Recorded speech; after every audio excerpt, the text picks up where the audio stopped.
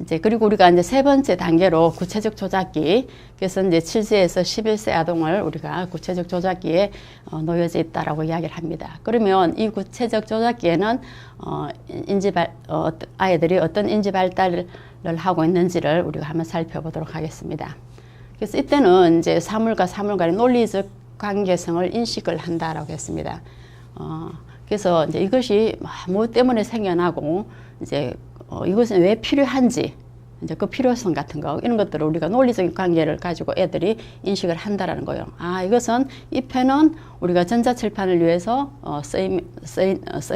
쓰이기 때문에 일반 우리가 펜하고는 좀 다르다라고 아이들이 이제 생각을 하는 거예요. 그래서 이 펜을 우리가 단순하게 보면 펜 같기도 하고 지우개 같기도 하지만 이제 이 특성을 보면 이제 다르죠. 그래서 아이들이 그것을 단순하게 저게 뭐지라고 하는 것이 아니라 이것은 보니까 특성이 이제 우리가 일반적으로 사용하는 것이 아니라 전자칠판을 가지고 우리가 쓰기를 할 적에 이제 쓰는 어떤 그런 펜이구나라고 이제 그 논리 관계를 우리가 인식을 한다는 거예요. 그리고 이제 어떤 문제를 해결하는 데서도 논리적으로 이제 해결을 할 수가 있고, 그리고 가역적 사고 능력이 발달되고, 이제 가역적이라는 것은 우리가 이제 거꾸로 되돌이켜 어떤 것이 이제 우리가 변화를 시켜놨어요.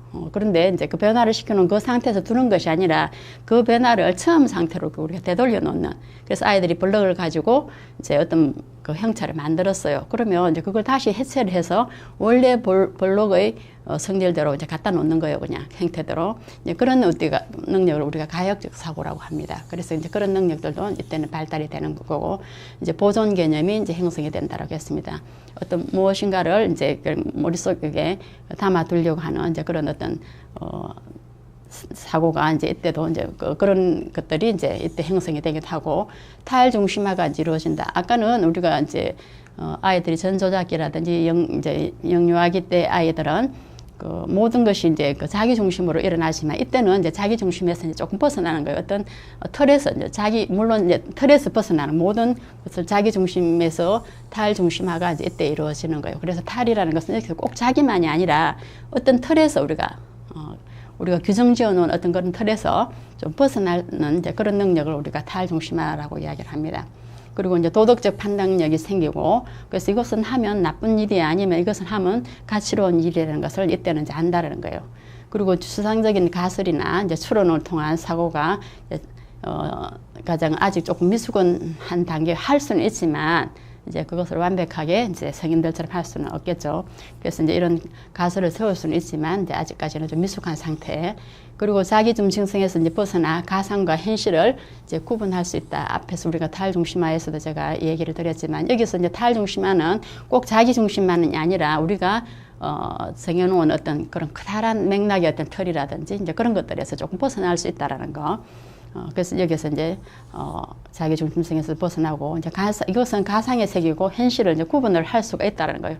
그래서 어린 영아들은 이게 현실과 가상을 구분을 못하는 거예요. 그래서 이제 우리가 그 얘기 드렸듯이 그 물알론적 사고, 그 사고에서는 사물은 무조건 다 생명력이 있다라고 생각을 하는데, 이때는 이제는 책상은 살아 숨쉬는 것이 아니야.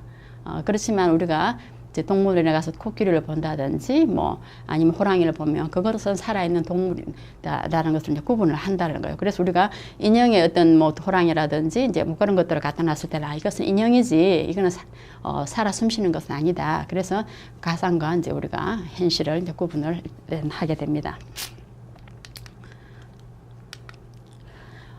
그리고 이제 이때 그러면 우리가 이제 애들에게 어떤 경험과 이제 환경을 제공을 해야 될 것인가는 아동의 삶의 모습을 그린 사실동화를 읽는다라고 했습니다. 사실동화는 우리가 또 생활동화라고 하죠. 그래서 이제 학자들마다 막 그 명칭을 각 하는데,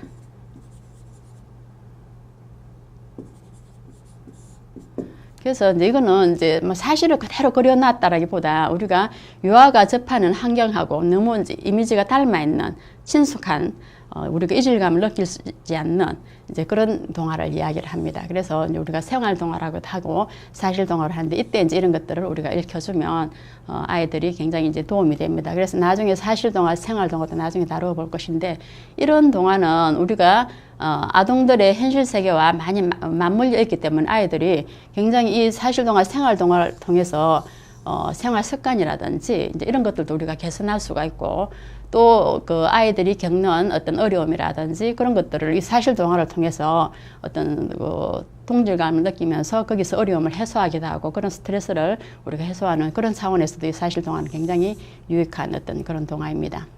그리고 이제 다른 세계와 사람 등 다양한 시간과 공간적 배경에 일어나는 이야기를 읽는다라고 했습니다. 그래서 이제 우리가 뭐 사실 동화만 읽히는 것이 아니라 이제 나와 동떨어진 세계도 이제, 그리고 뭐 좀 다른 환경에서 일어나는, 이제 여기는 이제 시간과 공간이라는 것을 이제 좀 초월한 이런 뭐 다양한 것들을 읽히라는 것인데, 사실 동화도 읽혀야 될 뿐더러 우리가 이제 그 뭐 픽션, 뭐 이제 소설류 같은 거, 짧은 소설이라고 해서 긴 어떤 그런 내용을 이야기하는 것이 아니라 아이들 수준에서 맞는 일반적인 우리가 이제 동화를 이야기하겠죠. 그런 거라든지, 이제 아까도 이야기한 또 환상동화 같은 거, 이제 이런 것들도 이때 다양하게 읽히라는 거. 그래서 영웅전 등을 읽힌다.